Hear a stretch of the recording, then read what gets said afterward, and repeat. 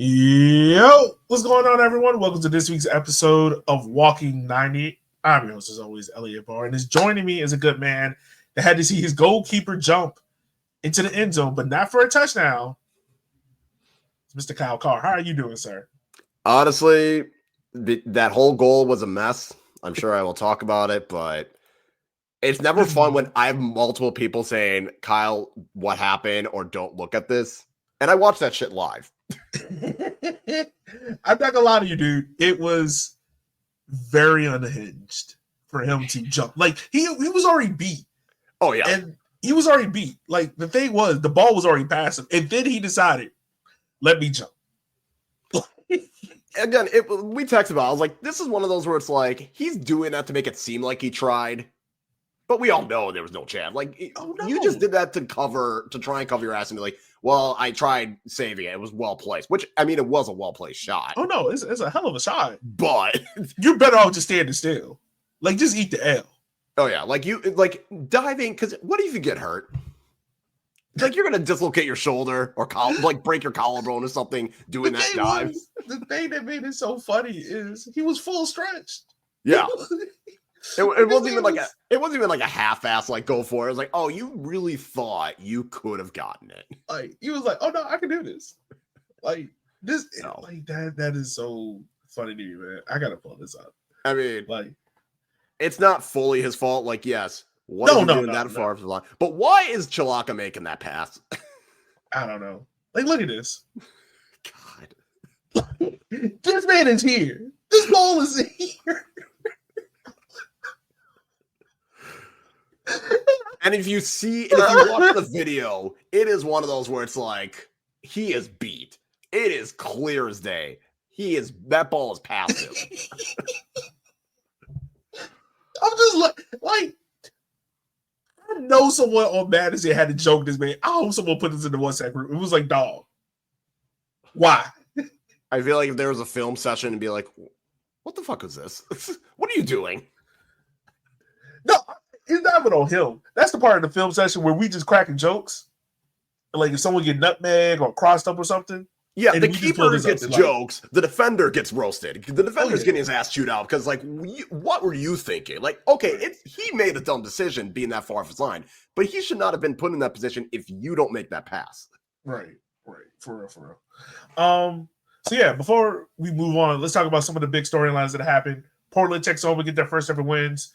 We're going to talk about points per game table to give you a clear outlook of how everything looks. How does your team project on the course of the season? And then the official Vibes and Chaos pick. For all of that, I just want to say shout out to our listeners. Thank you guys so much. We are getting close to that 175 mark we want to hit. So make sure you like, share, and subscribe. Make sure you share with a friend. Make sure you follow us on Blue Sky, Instagram, and on YouTube at Walking 90 Pod. And make sure you subscribe. Make sure you share with a friend. This is a free show. We do this about once every other week.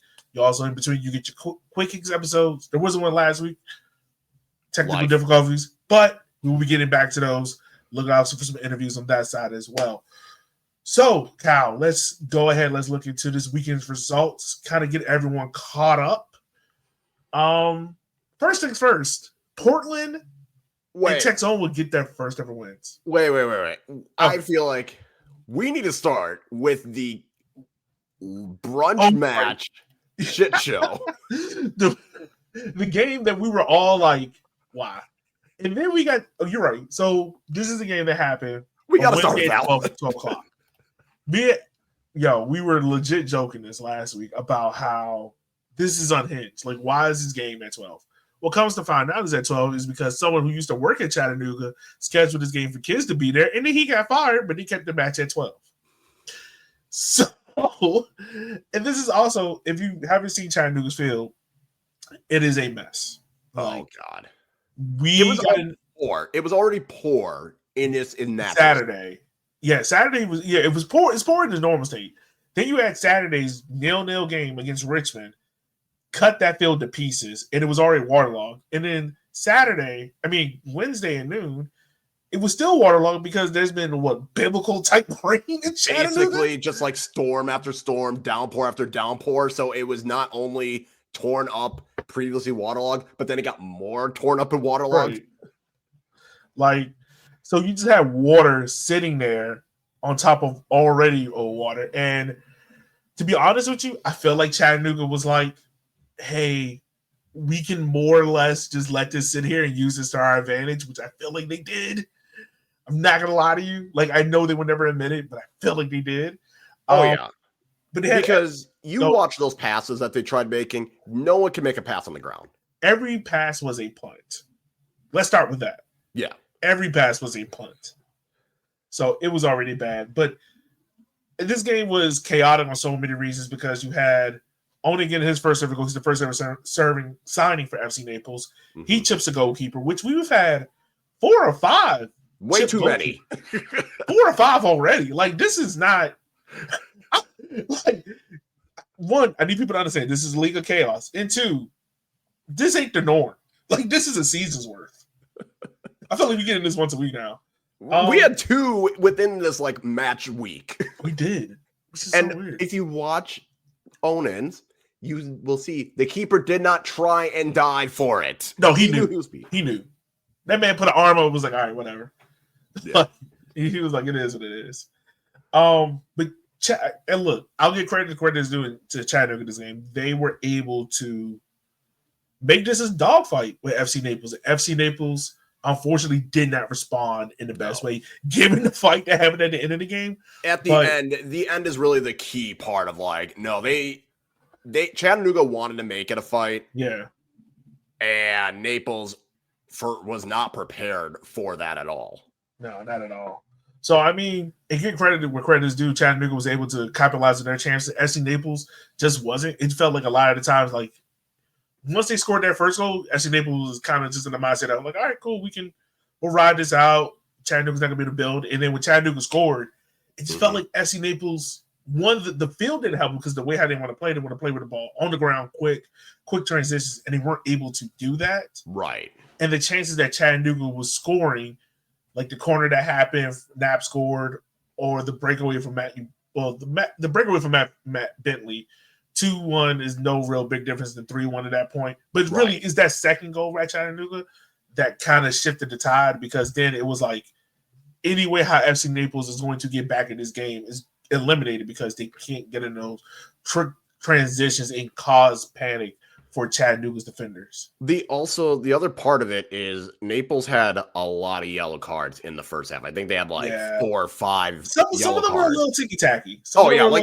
Not all of them were deserved yellows, but it was one of those where it's like they almost had to play not as aggressive because you have 4 or 5 players all on yellows, and with how the ref was doling them out, it's like you don't want to commit a foul that can get you another yellow card and then get you sent off, which it didn't matter at the end because then everyone got sent off.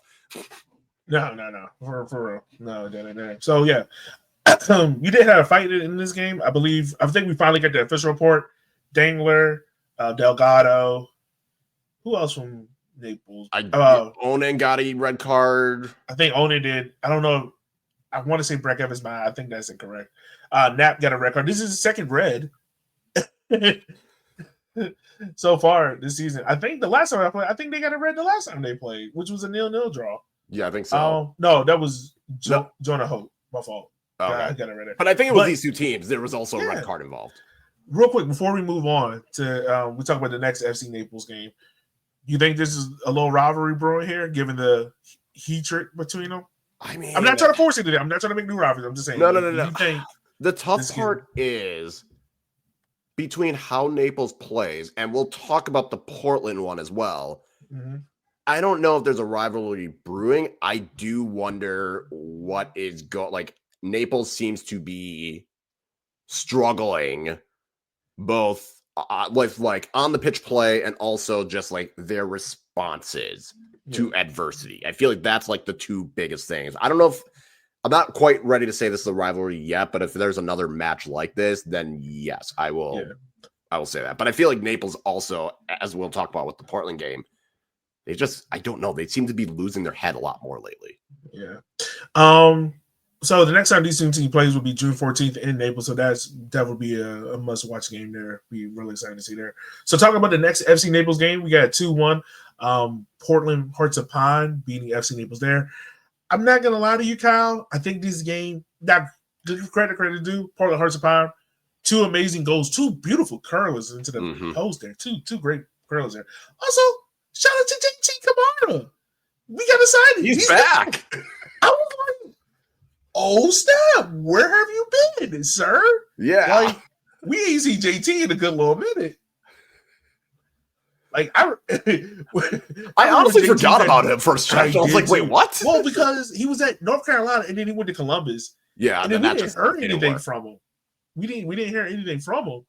So now that he's back here, it's like, oh, okay. So hey, that's a good pickup for him there. I'm not gonna lie to you, Kyle. Outside of the 2 goals that Portland scored, I do have to say I think these red cards. Now, Hinderlong's, it was confirmed that it was a double yellow, so I can understand giving a yellow for that. Me personally, I wouldn't give the yellow there because I think it's a 50-50 ball.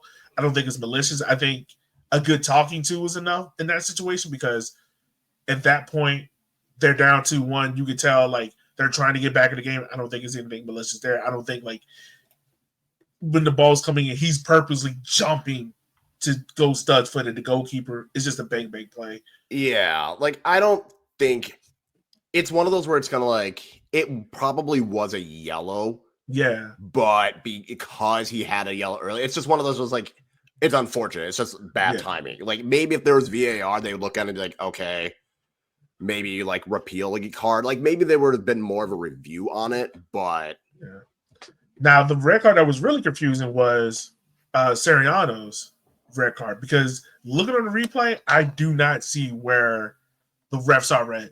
Apparently, I think we were talking to the other FC Naples podcast. Matter of fact, shout out to them. Make sure you follow them, FC Naples. That's a good podcast out there. Apparently, what happened was as the goalkeeper goes to go stand up, he's disorientated because he got hit in the ribs. But as he's standing up, he steps on the leg of the Portland player. Mm-hmm. And once again, I don't think it's a malicious thing. I think it's just there. Now, once again, if you want to give a yellow for that, all right, cool. Stern talking to, yellow, we move on. But to give a red, it's not like it's denial of a goal scoring opportunity. It's not like he forcibly going out his way to punch a player like on a corner. Right. It's not like I don't know if you see like a stomp, like he's looking at the guy and then stomps down and twist or anything like that. I don't know. I do think these red cards kind of affected the game early on. And it definitely tilted things in Portland's favor for this. But hey, once again, shout out to Portland. They got their first ever win at home. Yeah. I mean, it's one of those where it's like you watch it and you're kind of just like, I understand maybe from the ref's perspective, kind of seeing, okay, you're on the ground and you're extending. So I'm trying to understand it, but it felt harsh. It felt over the top. Like, I don't think there's nothing, like you said, there's nothing malicious on it. So I don't understand like why, when you look at the replay, but at the same time, if you're watching in real time, then maybe, but yeah, I mean, that red card definitely threw things off. And then Portland had, a great goal to start things off. And it kind of felt like they were just good. And again, they had a lot of possession, a lot of passes because one, Naples is down to 10, so harder to keep possession, but that's also how Naples plays. And it's just like that continuing effort. And then you think after they equalize, okay, they can walk away with the draw. Like that would be enough. But 2-1 at that point, then you lose your top goal scorer. It makes it very tough at that point to even down to 9. So yeah. So if you haven't been keeping up with the Chaos BCS ranking, FC Naples was at 3rd. These 2 games alone dropped them to 11th. So that's tell you how chaotic the last they 2 compiled what minus 33 in these 2 matches, total. I think so. It's very close to it. Yeah, it's very close to how chaotic it's been for them. So we move on from that game. We go ahead to Texoma, which I still don't believe is a real place. But real enough. It's real enough. They got their first ever win in team history. They beat Union Omaha. So unlike Portland, who has won the games in the via the US Open Cup, Texoma hasn't. This is their first official true win. First professional this game mattered wins. I don't even know if they had preseason matches. You can tell by the celebrations. By the way, the second goal that Texoma scored, banger. Left Onana hanging. Left him hanging. And then, but you saw, the thing that I loved about it the most is you saw the coach just like arms like this running. Like, he was like, yes. Yeah. I mean, hell, I would celebrate like that too. If you're up 2-0, you're like, okay, this is great. Like, right. And I mean, even the first goal wasn't bad. Like, it was well set up. It was a well put together. There's no way Samuel Sante should be that open in the box. No. I mean, that no too. way. No way. But it was still like, Texoma does a good job because I think they like won the ball back like in Omaha's half. Yeah. And then we're able to just like work it well with possession and then just made their like, it was kind of like, all right, we're going to reset, go in and just get a pass. We're just going to make a long ball. And I mean, I think didn't the Omaha defender try and like slide to block the like I think so, back? Yeah. Which left Asante open. But it was just one of those where it's like, okay, Texoma. I see what you're trying to do here. Hey, it was a good win for him. I think ever since he switched to this back five, it's been a lot better for him. Like, they're not trying to be as expansive as they were in the ball and play this stupidly high line. I think now they get an understanding of what the league is and what the capabilities of their team is. Like, you can look, Chattanooga's proof of concept. You can bunker in, you can play defensively tight, play defensively sound, and still come out with wins if you are physical and executed your opportunity. And that's what Texoma did in his opportunity. And on the flip side of this, and we'll talk about this later, Union Omaha, struggling. Like, I know people are talking about the striker options, but for me, I think the two main concerning things was the ineffectiveness on the ball in the final third. Like, they had struggles getting the ball into the final third. I know people want to talk about the striker. Yeah, that's a part of it, but I think when you have ineffective service into the circuit spot, it hinders everything you want to do. And then the other thing of that is the midfield right now just seems so lost in what they want to do. I think that's the bigger issue. There is no, because if you think about like all these other Omaha teams in the past, they always have that one midfielder that just dynamic, who just can take the game and dictate everything, and they don't have that midfielder anymore. And yes, the striking options are still not great, but it's almost like. And I realized this when they played Madison, it was like they couldn't create. They're just unable to create anything. Yeah. And like, they took a bunch of shots, but it was like a lot of them were tame, and there weren't that many that were like truly threatening. And it was the same thing as Madison. Like, you would look and it's like, oh, they took all these shots, they had all this possession, like et cetera, but it's like they're not doing anything with it. Yeah. So also, like, I would say like one of the main creators on that team is Askoff. Askoff plays off on the wing. So they're creating everything out on the wings, and they're trying to stretch wide. It's just the thing is they don't have anyone in the middle who can be that connector side to side or north and south. And that's really hindering Union Omaha and what they want to do. Now, on the backside of this, they have played, how Union Omaha schedule is. They play a lot of games on the road, and then they kind of ease their ways into the home schedule. So can we see things change? Yes. But even when they played at home against Portland, they didn't look that good. Yeah, true. But I will say with Texoma, like, since that ass beating earlier, like when they made that switch to the back, I think that first week was against Madison. In the last 4 league games, I think they've allowed 4 or 5 goals.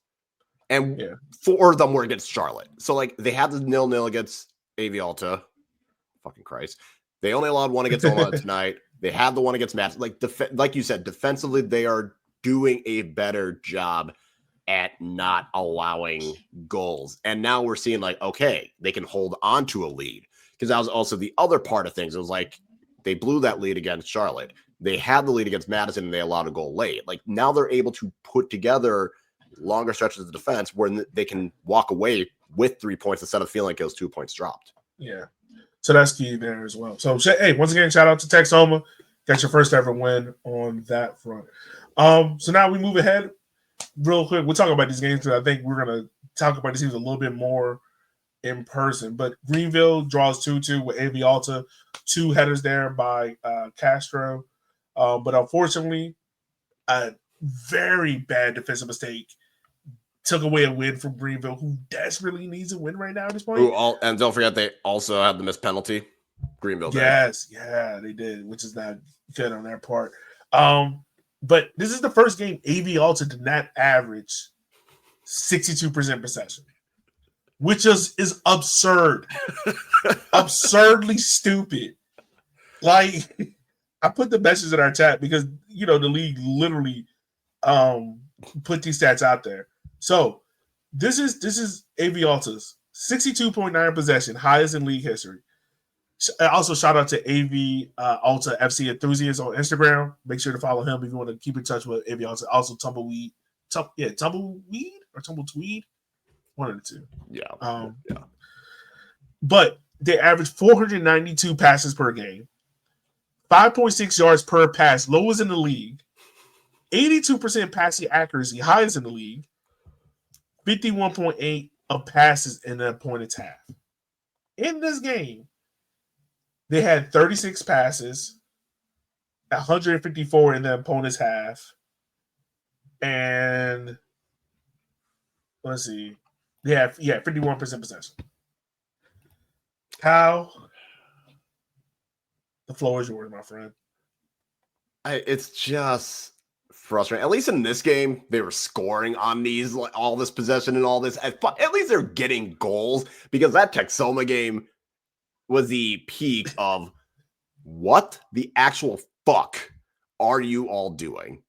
And I cannot deal with it. I almost had my quick hits be just a whole rant on AV Alta, and then I just was like, no, I'm not getting myself re-bad. At this point, they are what they are. I'm glad they figured out, yes, you can have all these passes and put the ball in the back of the net. Yeah. You got to work on things defensively. Look, the first goal that AV Alta scored, I think this year, that might be the best scored goal. Didn't they have one from, like, God knows how far? No, I know everyone's going to fall in love with the chip, right? Yeah. I think this goal by AV Alta, just the skill on it. Well, I mean, it was a hell of a turn. It was great. Yeah. I think, to me, that is the better goal.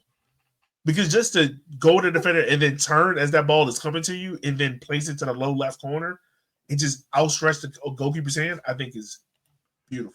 And I was going to say, even like the second goal that AV Alta had was pretty good. It was like one of those where, okay, they got the ball and it was just like a quick counter. Yeah.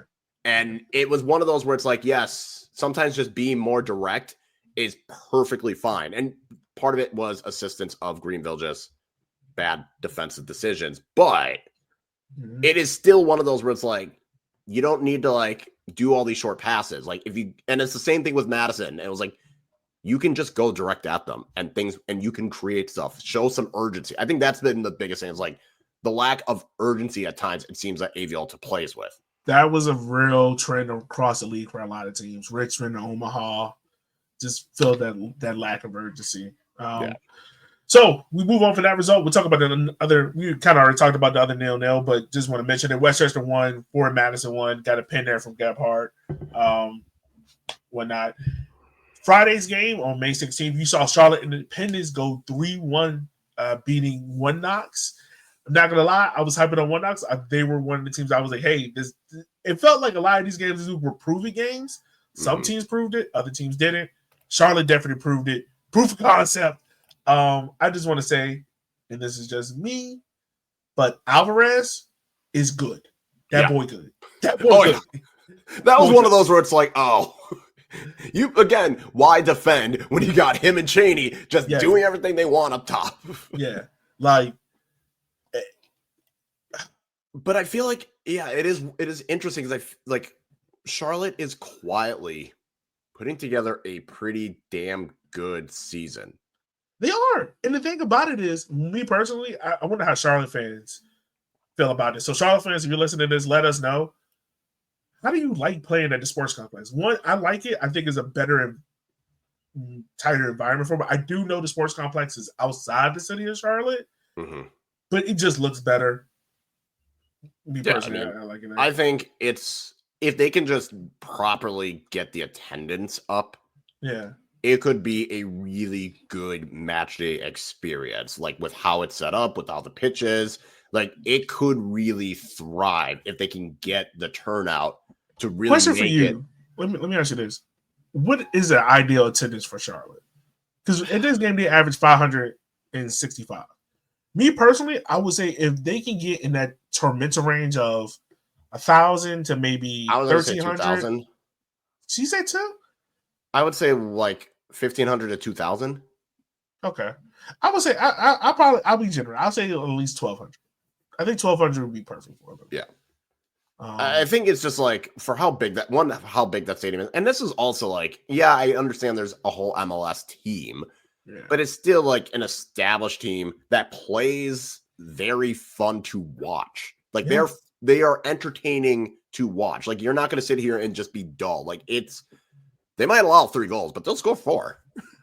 I mean, hey, right now you can say at each position, you can say they have an all-league type of player there. Goalkeeper. Levy's probably top 5. You look at the back 4, I would say either Spellman or Dimick is the top defensive player. Spielman definitely. Yeah, top defensive player in this league. You look at midfield. I mean, Midas, Sess, and C's, yeah. Yeah. And then you look at the forward line, Cheney and Alvarez. Like that is a well-balanced team. The only concern with Charlotte is just the depth. Like, that's just one of those concerns where it's like, okay, as the season goes on and matches pick up, will that depth be a concern? Because if they were to lose Spielman, that defense looks a lot more shaky. Yeah. If they lose, like Cease, there's not really a midfielder that's going to be like shielding the back 4. I mean, like obviously, if they don't have Alvarez, then teams can focus solely on Cheney or vice versa. So there is concerns about the depth, but I think like a healthy Charlotte is pretty damn good. And like I feel like we both are sleeping on them, but also we're kind of waiting for the other shoe to drop with them. Because I feel like we've seen this constantly where Charlotte starts off really well and then tail off at the end of the season. Yeah. I think they have their cooling off period, but I think like, and this is something me and Matt talked about on River City 93 about like Richmond has played the most games, but they haven't created enough buffer for when that cool off period hits. Yeah. You built enough of a buffer. So where like that drop from 3rd place to 5th doesn't hurt you. Where like Charlotte right now, they're gaining no points. They're eating those points now. So when that cool off period does come for say like 2-3 games, it doesn't hurt them on the tail end, and they're able to ride it out and then get back in the mode and then climb back up the table. Yeah, and then you have other teams where you're kind of like a Greenville, where it's like you're playing more matches than all these teams below you, and it's like AVL's is only a point behind, and they have a game in hand. Yeah. Madison's only a point behind with a game in hand. Tormenta's 2 points behind. Like Omaha, even though their struggles, are only 4 points behind. Yeah, for real. So, I mean, you have that, and then you look at how One Knock's been since the rest of the really since the big upset win against FC Tulsa, 0-0. I mean, a series of draws against Portland and for Madison, and then this loss against Charlotte. And I think the prevailing over these 3 games for One Knocks is the amount of defensive errors that have led to goals. Yeah, Portland, there was a defensive error that should have been a clean sheet. For Madison, I believe there was another defensive error. That one was kind of like they didn't clear it, and then it was a hell of a shot, and it was a hell of a shot by Kroll, and then also the keeper and defender kind of collided as the shot was going, so it's kind of like, but they should have dealt with the initial problem in the first place. Yeah, and then in the Charlotte game, he had another defensive mistake. So I want to say I still think One Knocks is one of the top teams in this league, one of the top 4 teams in this league. I am a little bit concerned about the defensive error and something that we talked about last week about just like, are these the points where One Knocks is the difference in One Knocks being a top 2 team or being a 4th, 5th, 6th place team? Yeah, I would say with Knoxville, I feel like it's one of those. They'll likely they'll have a home playoff game. Yeah. But I think we're starting to see those issues in the past where it's like, okay, the goals are drying up. It's not happening. Like offensively, it looked like, they figured out like the attacking side. And it seems like that's slowed down. They're still going to be really, really good defensively. Yeah. So I think they'll still be a top 4. Like right now, I'd say confidently they're a top 4 team, but I think they're trailing the Naples, Charlotte, Spokane level of like top tier. Yeah. So it's interesting. It's very interesting out there. And then the last game we need to talk about, my Richmond Kickers lost 1-0 to Spokane Velocity, a game in which Richmond went up 1-0 after 13 minutes after Emmy pulled off his Grammy award-winning Philip record. But yeah, able to lose the game here, being on 1-0. I think my biggest takeaway from this game is that Richmond struggles when they have dominant possession of the ball. Mm-hmm. They're great at being very direct, being able to get it behind. They really rely on that space to get in behind teams. And Spokane, credit to them. 6 wins in a row after the shaky start that they had to the season. I think you've really seen this team settle in. I was joking with Benji of the Spokane Velocity Show. Make sure you go check them out. He does a great job up there. Just calling them Real Spokane. Like, that's their new name. They play in white. They're Real Spokane. Like, this team has Vilnius, Jalen Crisler, team, players that teams in this league can definitely use, and they're just on the bench, chilling.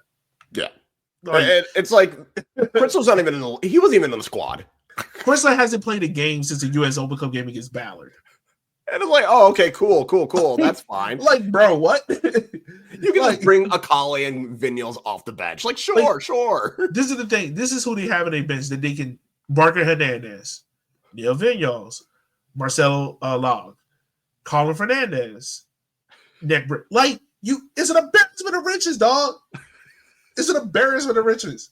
And I'm not even trying to be salty or like mean or anything or crazy or anything like that. It's just like, all right, Spokane is showing like, hey, we got this money. We gonna show y'all what this is. Right. It's like, oh, this is the Spokane everyone was talking about at the beginning of the season. Right. Like, this is what everyone expected out of them. And I'm now looking back and I was like, I don't know. I think Spokane might be a little overrated. And I'm like, ooh, not looking good for me so far. You remember what I said?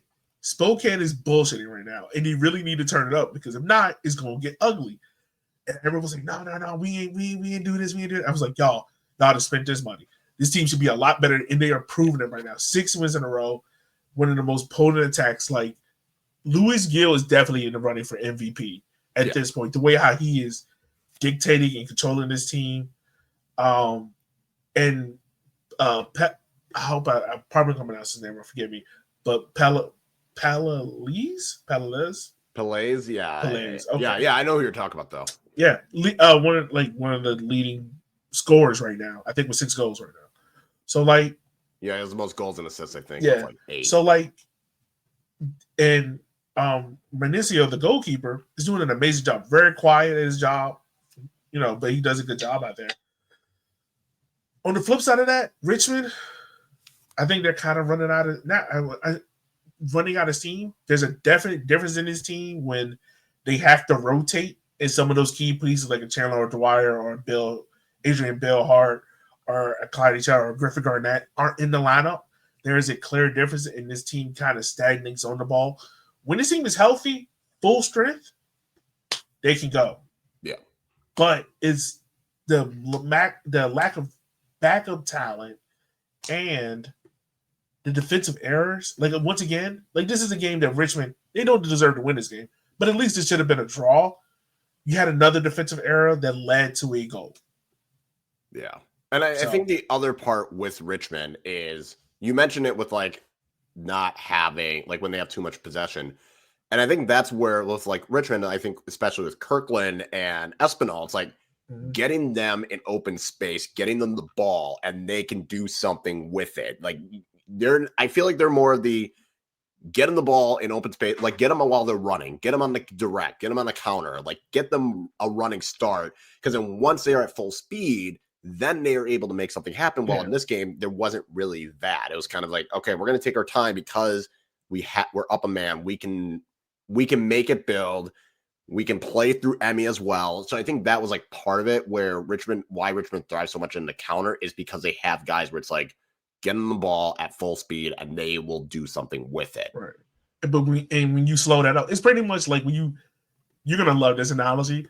Take that early 2000 or mid 2000 Phoenix Sun team and then force them to play a half court. Like force half court, yeah. They couldn't do it, and that's Richmond. If you ask Richmond to play half court, it's like, oh. And then also the amount of loose touches on the ball was annoying and on it. But yeah, with that being said, we'll move on from that game because I don't want to go on a rant. I did that enough last week. But right now is how the table looks. Your top AC started off with number 1 Spokane Velocity sitting on 20 points. Then you have Charlotte sitting on 17, FC Naples at 14, One Knox at 12, Richmond at 12 as well. Chattanooga Rebels at 10, Greenville at 9, AV Alta at 8. At the bottom of the table, you have Texoma on 5, Union Omaha on 5, Westchester on 6, Portland on 7, also Tormenta FC, who did not play this week, on 7, 4, Madison on 8 as well. So that's the points. That's how the table looks. But as we know, League One, and one of my biggest gripes is that we don't have a balanced table. Something that I really need the league to work on if we are ever going to do Porel. Because also, if they're going to continue expanding. Right. Like, how many teams do we have next year? Like another 4? Yeah. And like I understand the idea of like a Madison and Omaha, like, yeah, trying to start matches early in the season is hard for them because weather is very unpredictable. So yes, make it a little bit more road heavy. We saw in the past with NOCO where they would not play a home game until July. But it doesn't make sense that you have 14 teams, but it's so imbalanced that you have one because team Portland decided they wanted to start their season 3 weeks after the season started. But at the same time, it's like you got Richmond already at 10 matches, and then you got Omaha. FC Naples was supposed to be at 10, but they got postponed because of AV Alta. Yep. I mean the weather. So AV Alta's behind on the game as well. Right. But then you have like Portland and Omaha sitting on 6 matches. Like that doesn't make sense. No. There's no creates a real imbalance. And you're looking at adding what? Fort Wayne, Sarasota, Fort Lauderdale, and New Jersey. Is that in 2026? I think so. Because then there's Corpus Christi, whenever, potentially 2026, and Boise. So you're and is Eugene USL League One? I think they just need the ownership money to do it. Okay. I think they just need like an owner, whatever. They just need the money. Once they have the money to do it, they'll also be. But I think right now you're looking at 5, maybe 6 teams joining, potentially 7 next year. So yeah. So if we look at the points per game table, right? We got Spokane sitting on 2.2 points a game, Charlotte sitting on 2.15, One Knox at 1.7, Naples at 1.5, Chattanooga at 1.4, Richmond at 1.2, Portland at 1.16. AV Alta and Madison are tied for 8th at 1.14, Greenville at 1.12, Westchester at 0.85, Union Omaha at 0.83, and then Texoma at 0.63. Pulling up the table there. So, I mean, the points per game right now pretty much mirrors. I think the only real flip is Chattanooga and Richmond. I think, Chattanooga and Richmond flip-flop there based on points per game. But outside of that, everything pretty much lines up with what we see on the table. I did put this out on River City 93 on Blue Sky. So if you're going to go look at it, take these points a game, figure out where your team is going to be. Like Spokane right now is on pace for 66 points. Richmond is on pace for 36. Texoma's on pace for 19. And Madison, just give them a point every game at this point. So however many games are left, just give Madison the point for that because that's the rate they're going. Yeah.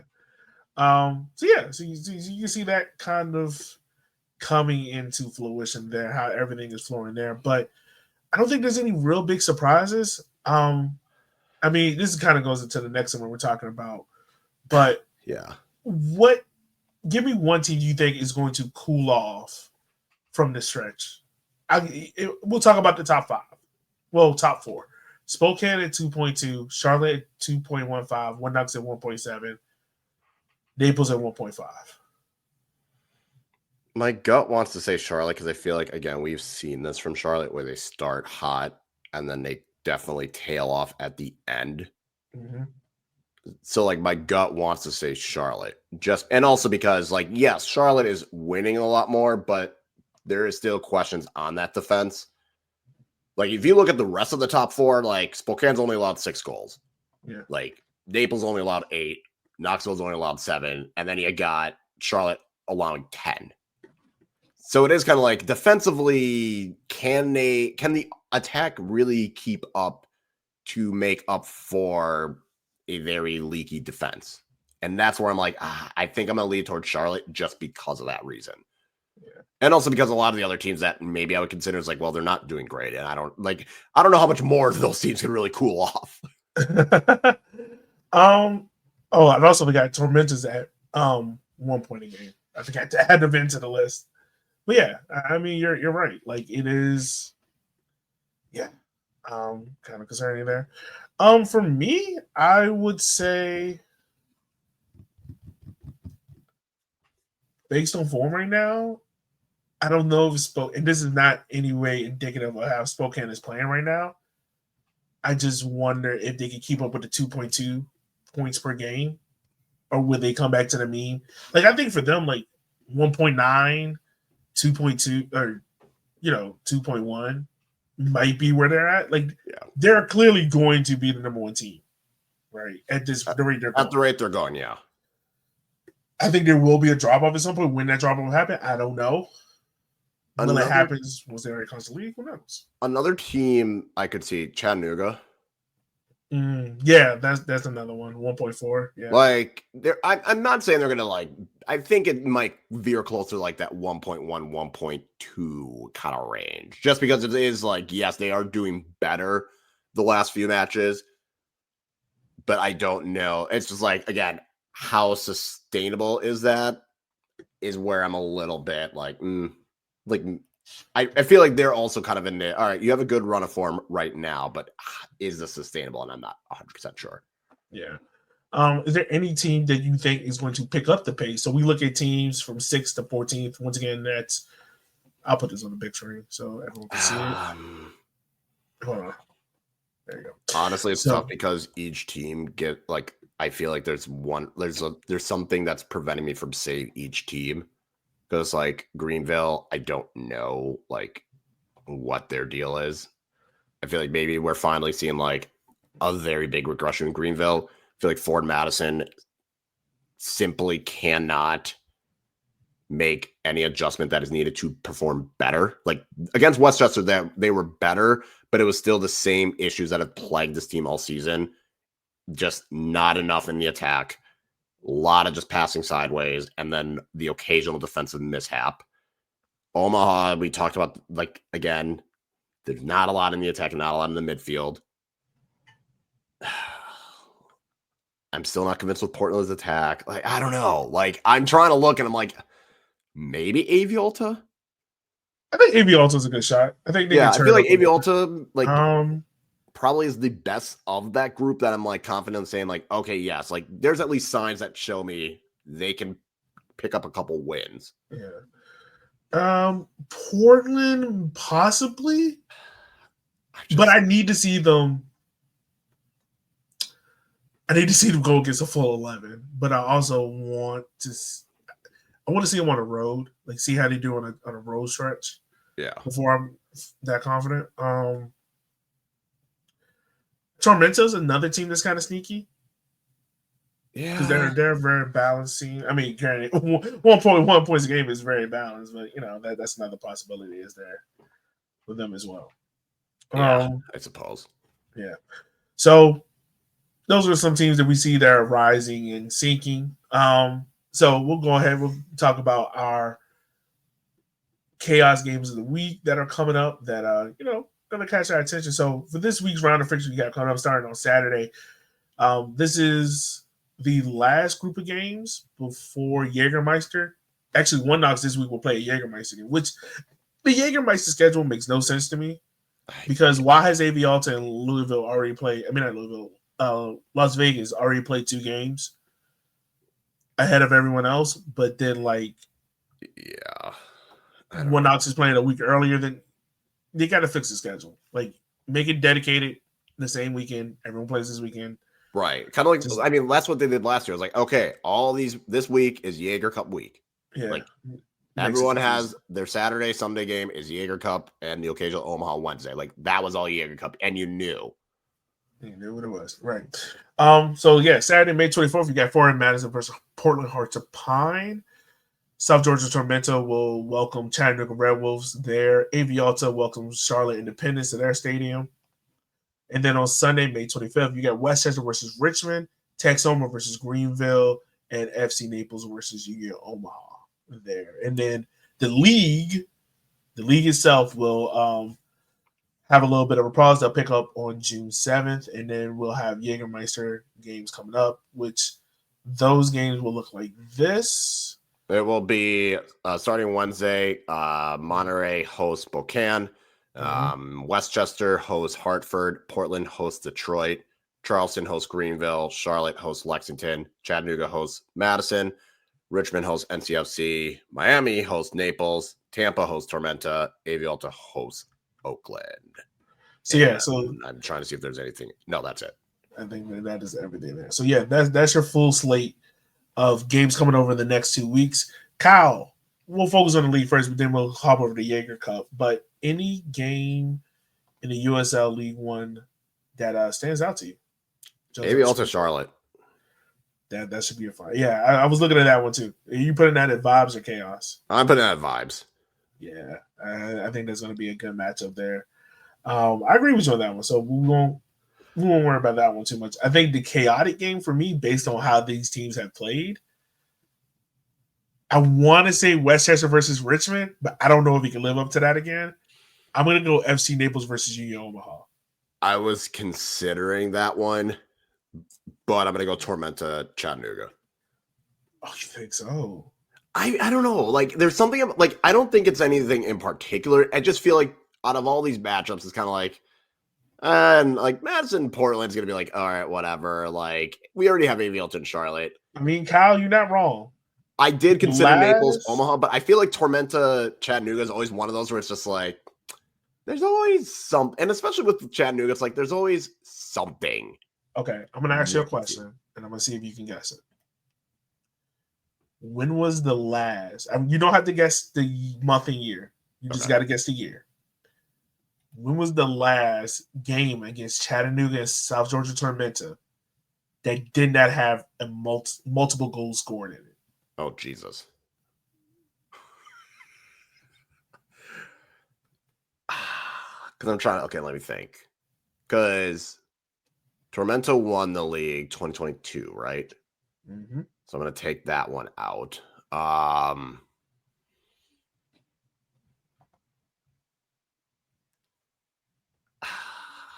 want to say maybe like 20. I'll say 2023. No. 2021, a 1-0 home win for Tormenta. Liotti, who now plays for Portland Hearts of Pine, scored. In this game, I just lost it.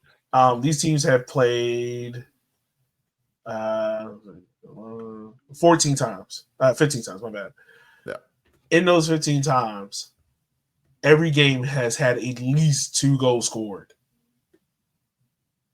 There's only been a 1-goal game in this whole game matchup. In the last 5,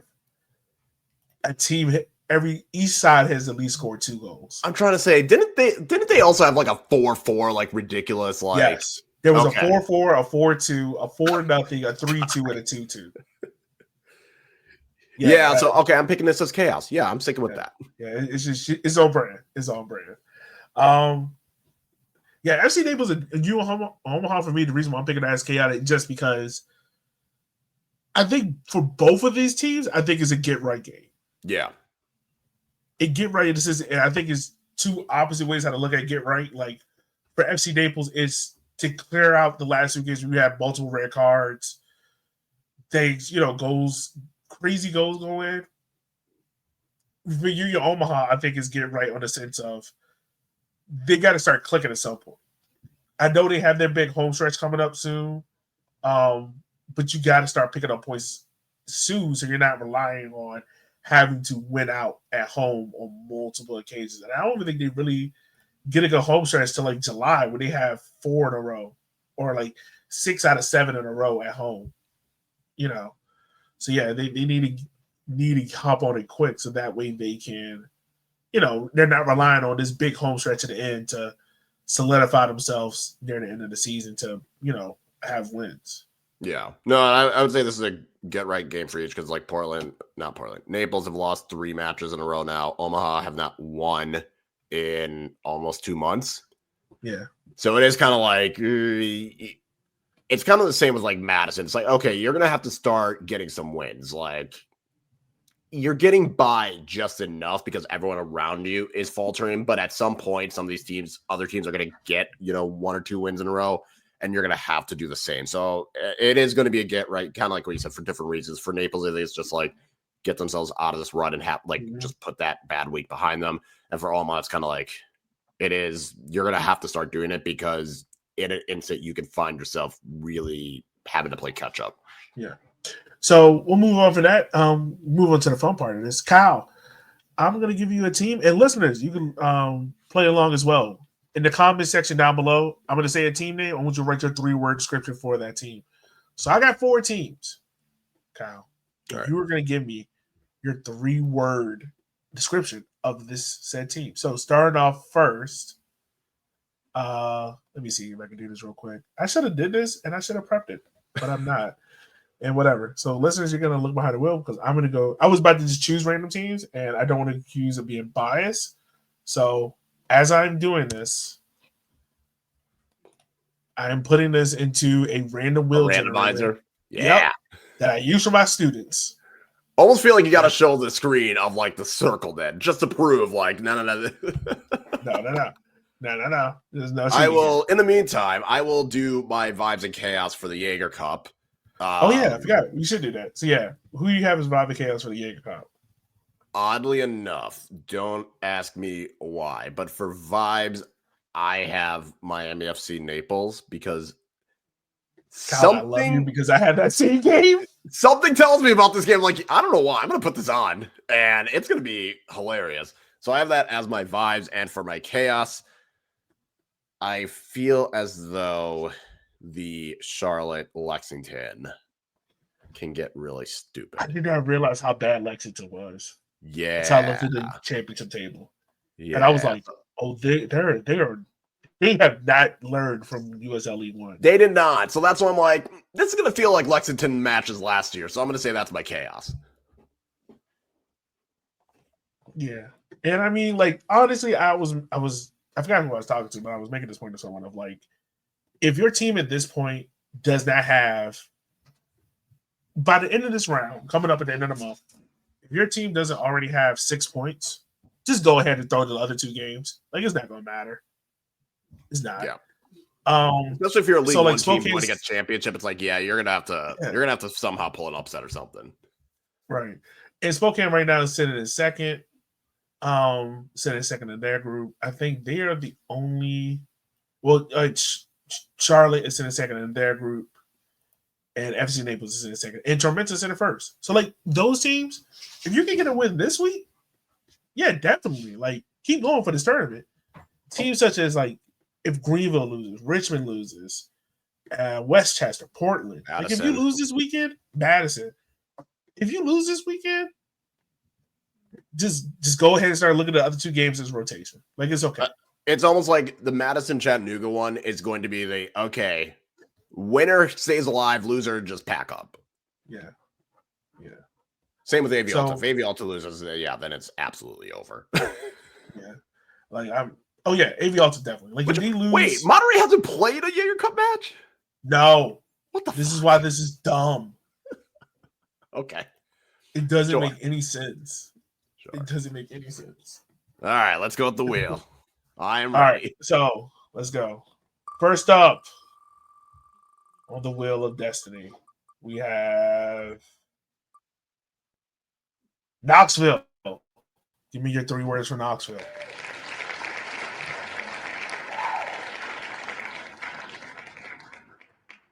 Continue. Strong start. Okay. I like that. It's not a bad one. All right. We'll take them off the board. Let's go with the next one.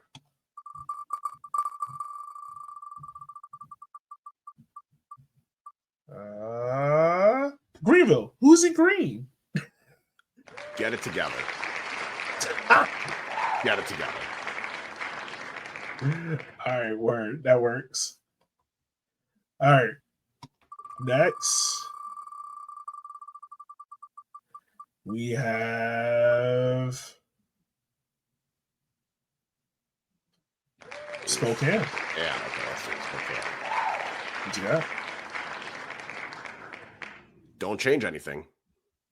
All right.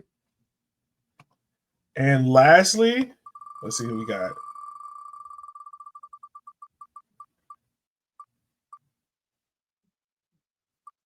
Oof, Portland. Portland. Find an attack. Okay. All right. So yeah, once again, listeners, let us know down below. Those 4 teams that we just did. Let us know your 3-word reviews for those 4 teams down below. We want to hear from you. We love engaging with y'all. We want to hear more from y'all. We definitely hearing a lot from the Westchester fans, the Naples fans. Shout out to y'all, the Portland fans as well. Shout out to y'all, those that are interacting with the podcast. We want to keep hearing from you guys. So before we wrap up, I think this week for a lot of teams was kind of like, it wasn't you had a lot of get right games. You had a lot of proving games. Some teams met him, some teams didn't. But there's always next week. For some teams, yeah, there's always next week. But for other teams, like, you really got to get your shit together. Yeah. Do you think Texoma was going to push on now that they got a win, or this was just like, okay, you got your win, now welcome to the league, son? Well, the next game's Greenville, so there is a chance they can continue.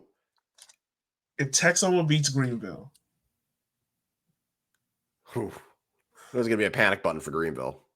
We might just have to do a quick on Greenville. Like, we might just have to. I feel like the thing with Texoma is they seem to have defensively figured out something. Yeah. So there is more hope for them to get things right because defensively they have at least gotten better. So, yeah. And they get Greenville, which again, the schedule does get easier for them. Like they have Greenville, I think they have Richmond, then they have Tormenta. So, and then Charlotte before their next Jaeger Cup against Phoenix. Oof, that's going to be brutal. But the thing about it is 3 out of those 4 teams have shown they have at least 1 or 2 attackers that can go crazy. Yeah. Charlotte showed them in a 4-3 game. Richmond, we know how Richmond gets. If they are, the key to Richmond is if they're healthy and playing in Richmond on grass, it's a different kind of beast. Tormenta, Mason Turnbridge has shown up, and Leo Castro definitely can go score goals. Right. So it's like defense. It's just more like if they can continue the showing defensively, they have a chance. But this is kind of like all right, we're going to really know, like, are Texoma to kick on, or is this going to be yeah, that was a nice, like, little moment in their first ever win. Yeah, most definitely there. So, with that being said, y'all, make sure you stay tuned to the podcast. If you didn't realize on Spotify, you didn't get an audio file, there was a video recording. We are trying to put videos out on Spotify because we think internally this is a much better show where you get to see our faces, interact with us. So make sure you interact with us. Make sure you like, share, and subscribe. Make sure you keep talking to us. We want to hear from you guys. This is a show for fans, by fans. It's like FUBU, baby. We're like back in the 90s. Oh, yeah. Yeah. So, with that being said, make sure you always support your local. Go support these teams. Go have fun watching them. Talk about the chaos that is happening in this league. And once again, make sure you like, follow, share, and subscribe. Walkin 90 on all social media platforms. Outside of X, which we are no longer on, get on Blue Sky. It's just toxic. Leave it alone. But for my good man Kyle, for myself as well, and for Eb, we will holler at you guys next time. We will definitely be talking about some of the craziness happening across the league. So with that being said, be easy and be safe.